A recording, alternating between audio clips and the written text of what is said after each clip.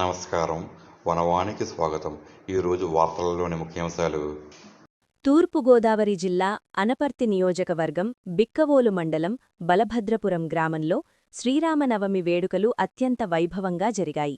స్థానిక హైస్కూల్ సమీపంలోని సినిమాహాల్ కాలనీలో కొలువయున్న శ్రీ లక్ష్మీగణపతి కోదండ రామాలయంలో ఆలయ కమిటీ ఆధ్వర్యంలో సీతారాముల కళ్యాణం, పుష్పయాగం తదితర విశేష మహాక్రతువు పూజలను భక్తిశ్రద్ధలతో నిర్వహించారు.